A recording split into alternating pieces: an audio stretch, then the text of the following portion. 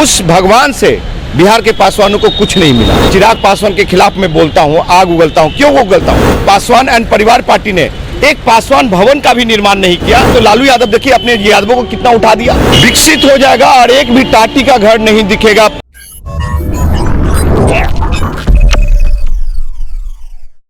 नमस्कार, आप देख रहे हैं ब्रेकिंग बिहार। अभी हमारे साथ हैं हाजीपुर के पूर्व प्रत्याशी इंजीनियर राजकुमार पासवान जी। आइए इनसे जानते हैं इनकी हर बातों में जातिगतवाद और रामविलास पासवान के परिवार यही क्यों रहता है। पासवान जी, आपका स्वागत है ब्रेकिंग बिहार। जी नमस्कार। सबसे पहला सवाल ये है कि रामविलास पासवान के, स्वर्गीय रामविलास पासवान जी के परिवार से आपको क्या एलर्जी है कि हर बार जो है आप उन्हीं का, या तो पारस जी का या चिराग जी का, इसी को लेकर आप बोलते रहते हैं। देखिए, आदरणीय सम्मानीय स्वर्गीय रामविलास पासवान जी से मेरा कोई जातीय दुश्मनी नहीं है। एक समाज की बात होती है, बिहार में जातिगत राजनीति की बात होती है, तो वो जातिगत राजनीति के संदर्भ में मैं इतना ही कहना चाहूँगा कि 42 साल के नेतृत्व में जो बिहार के पासवान लोग जो 42 साल अपना खून पसीना दे दिया, उस भगवान से बिहार के पासवानों को कुछ नहीं मिला। और मेरी एक ही चीज़ है कि जो पासवान जाति जिस लेवल पे, जिस मुकाम पे उस नेतृत्व में पहुंचना चाहिए था, वहां नहीं पहुंच पाई। इसलिए मैं अक्सर उनके खिलाफ चुनाव लड़ा, रामविलास पासवान जी के खिलाफ लड़ा, उनके छोटे भाई पशुपति कुमार पारस के खिलाफ चुनाव लड़ा, और आज चिराग पासवान के खिलाफ मैं बोलता हूँ, आग उगलता हूँ। क्यों उगलता हूँ? क्योंकि भारत की राजधानी दिल्ली जो है और बिहार की राजधानी पटना जो है, वहाँ पे 42 साल की राजनीति में पासवान एंड परिवार पार्टी ने एक पासवान भवन का भी निर्माण नहीं किया, जहाँ पे बिहार के जितने भी पासवान लोग हैं और उनके बच्चे लोग जो पढ़ाई लिखाई कोचिंग में पढ़ते हैं और मेधावी छात्र लोग प्रतियोगिता परीक्षा देते हैं और वो प्रतियोगिता परीक्षा देने पटना और दिल्ली कूच करते हैं, तो वैसे बेटा को रहने के लिए कहीं पे दुसाध भवन, पासवान भवन का निर्माण उन्होंने नहीं करवाया। आपको बता देना चाहता हूँ कि बिहार के हर एक जिला से पासवान के परिवार लोग, गरीब शोषित जो पासवान है बहुत, वो आते हैं, एम्स आते हैं, IGMS आते हैं, PMCH आते हैं, NMCH आते हैं। उनका ट्रीटमेंट जब होता है तो उनके परिवार लोग सोते हैं ये पार्किंग एरिया में, नीचे जमीन में बिछा कर। उसके लिए क्या बिहार के पासवानों को लिए पासवान भवन नहीं होना चाहिए था? पासवान भवन नहीं बनाना चाहते हैं तो आप आदरणीय सम्मानीय रामविलास पासवान भवन बनवा दीजिए। वो नहीं बनाना चाहते हैं तो बाबा वीर शिरोमणि चौहरमल भवन बना दीजिए। तो चिराग पासवान जी आशीर्वाद यात्रा पे निकले हुए हैं, सबका आशीर्वाद मांग रहे हैं। जी राजकुमार जी, तो आपके हिसाब से तो हर जाति का भवन बना देना चाहिए। आपको यही बगल में हम लोग खड़े हैं अभी यहाँ पे R ब्लॉक में, यही बगल में बीरचंद पटेल पथ है, वहाँ पे पटेल भवन है, अंबेडकर भवन है, ये शास्त्री भवन है, आपको बता दें कि ये रविदास भवन है, सभी लोग का भवन है। तो भोला पासवान शास्त्री का भवन नहीं है। तो कहने का मतलब कि तो बिहार में इतनी जातियां हैं, सभी जातियों के नाम से भवन बना दिया जाए। आपको बता देना चाहते हैं कि बिहार की राजनीति में भोला पासवान शास्त्री एक बहुत बड़ा नाम रहा है। 3 बार मुख्यमंत्री रहे, केंद्रीय मंत्री रहे। क्या उनका अधकद मूर्ति भी विधानसभा में नहीं लग सकता? एक वो भवन भी नहीं बन सकता? तो ये सरकार की कमी और हमारा नेतृत्व की कमी है। हमको जातिगत, लेकिन हमारा क्या नाम है कि दुसाध और पासवान से ऊपर आप क्यों नहीं उठते हैं? देखिए, हम अन्ना मूवमेंट से निकले हुए हैं, आम आदमी पार्टी से निकले हुए हैं, हम भ्रष्टाचार के खिलाफ बात करने वाले लोग हैं, बिहार और देश की विकास की बात करने वाले लोग हैं, समान शिक्षा की बात करने वाले लोग हैं, समान स्वास्थ्य की बात करने वाले लोग हैं। लेकिन बिहार में जब हम राजनीति किए और 2 बार लोकसभा चुनाव हम लड़े, तो जो भी स्वर्ण जाति से थे, वो राजपूत हो, भूमियार हो, ब्राह्मण हो, कायस्थ हो, जिनके भी दरवाजा पे मैं वोट मांगने गया, उन्होंने कहा कि राजकुमार जी आप बहुत अच्छे कैंडिडेट हैं, आप बहुत अच्छे उम्मीदवार हैं, तो क्या आपकी जाति आपके साथ है जो मैं आपको अपना वोट, बहुमूल्य वोट दूं? तो अभी मोदी जी का हवा चल रहा है, अभी लालू का हवा चल रहा है। उस स्थिति में एक काम करने वाला विजनरी, अभी देखिए आप करें कि जाति से ऊपर हमारा संसदीय क्षेत्र हाजीपुर है, और उस हाजीपुर के लिए जितने भी उस जिला में 8 विधानसभा, उस विधानसभा के जितने भी जनप्रतिनिधि हैं, MLA हैं, MP हैं, वो लोग वहाँ का समस्या का ये निदान करते हैं। वहाँ पे टॉयलेट नहीं है साहब कि लोग कहाँ खड़ा होकर सोच और टॉयलेट करेंगे। वहाँ पे आए दिन पानी जम जाता है, शहरी एरिया में इतना गंदा माहौल है। पटना मेट्रो रेल को हाजीपुर से जोड़ने की मांग मैं करता हूँ। हाजीपुर को स्मार्ट सिटी बनाने की मैं करता हूँ। वहाँ पे इंडस्ट्री एरिया है, उसमें वहाँ के युवा नौजवानों को रोजगार की बात मैं करता हूँ। तो ये बताइए कि ये विकास नहीं है? जाति से ऊपर उठ के बात नहीं करते हैं, तो जाति से उठ करके ऊपर में मेरा विजन और सोच है। आपका क्या नाम है कि स्वर्गीय रामविलास पासवान जी ने कोई काम नहीं किया है। आप अगर हाजीपुर का जनप्रतिनिधि बनते हैं तो आप क्या उसको स्विट्जरलैंड बना देंगे? देखिए, जो रामविलास पासवान जी नहीं किए, जितना बड़ा कद था, अगर वो स्टेचर, वो कद उस लेवल में पहुंचा, और आपको बता दूं कि जिस दिन हाजीपुर की जनता ने मुझे मेंबर ऑफ पार्लियामेंट MP बनाया, वेरी फर्स्ट डे से ही दिखना शुरू हो जाएगा हाजीपुर का विकास कार्य, युवा नौजवानों के लिए रोजगार का, और वो गूंजेगा पार्लियामेंट में।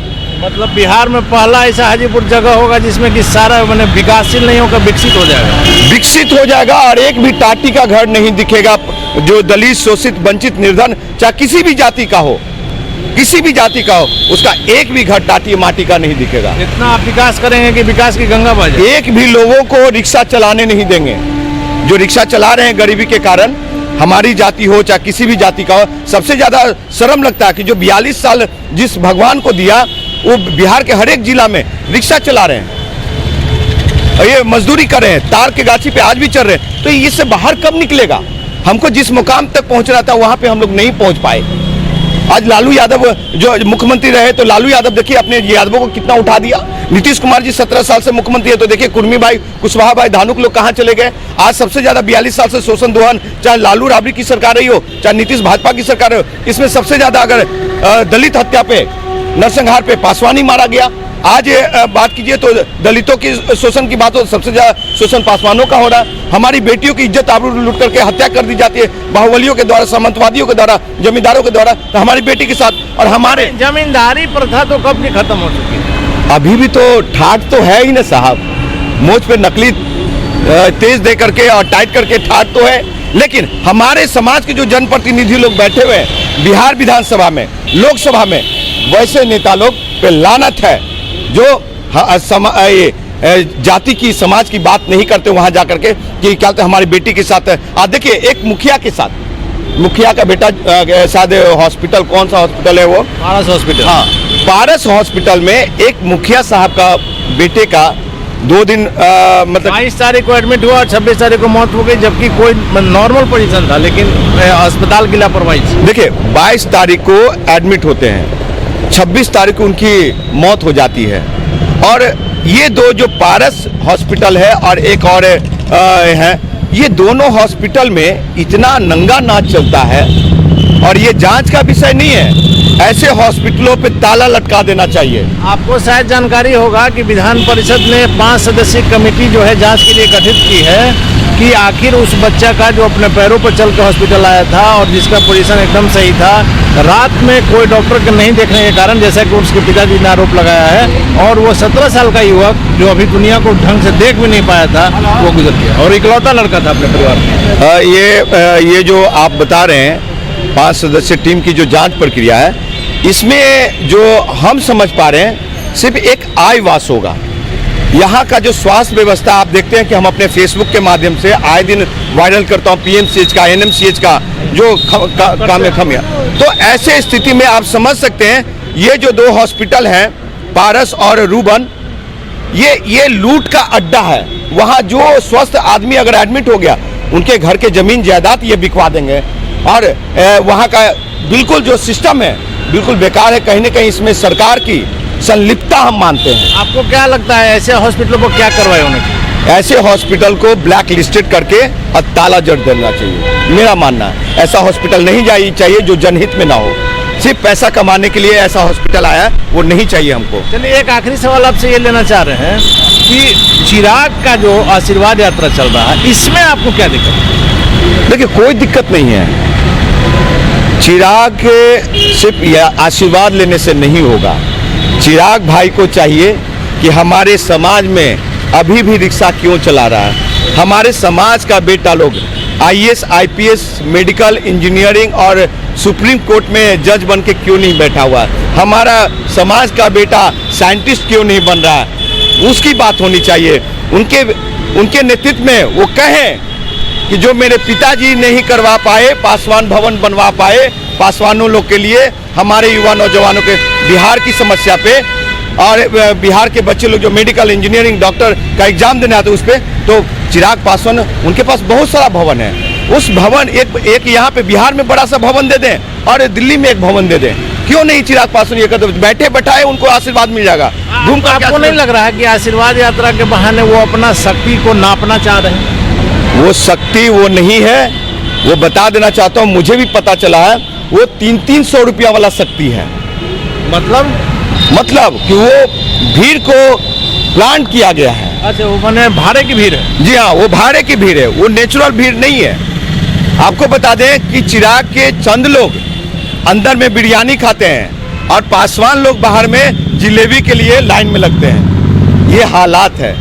उनके एमपी काल में मोटे मोटे सेठ लोग वेस्टर्न कोर्ट में उनके कोटा पे जाकर के आराम से अयासी करते हैं, बिहार भवन में अयासी करते हैं। हमारा जो पासवान भाई लोग हैं, हमारे जाति के लोग जो है, वो लोग बेचारा दिल्ली के भी में कहीं गेस्ट हाउस में नहीं रुक पाते हैं, आते हैं तो इसलिए मैं कह रहा हूँ कि उनमें अगर है हिम्मत और वाकई में पासवान की राजनीति करना चाहते हैं तो पटना में भी एक पासवान भवन का निर्माण करे, बाबा चौहरमल भवन का निर्माण करे, या अपने पिता के नाम से ही भवन का निर्माण करे और एक दिल्ली में करे। तब हम जानेंगे कि वाकई में ये दुसाध पुत्र हैं, ये बाबा चौहरमल के वंशज है। नहीं तो वो आशीर्वाद, नकली आशीर्वाद लेकर के और फिर से पासवान लोग को 42 साल बरकरार, ये राजकुमार पासवान कदापि बर्दाश्त नहीं करेगा। राजकुमार जी, एक और सवाल ये आ रहा है, जातिगत जनगणना की जो बात आ रही है, आपने देखा होगा कि कल ही मुख्यमंत्री जी और नेता प्रतिपक्ष तेजस्वी यादव का भी इसमें विचार एक, लेकिन फिर भी सेंट्रल गवर्नमेंट से भाग रही है। देखिए, सेंट्रल गवर्नमेंट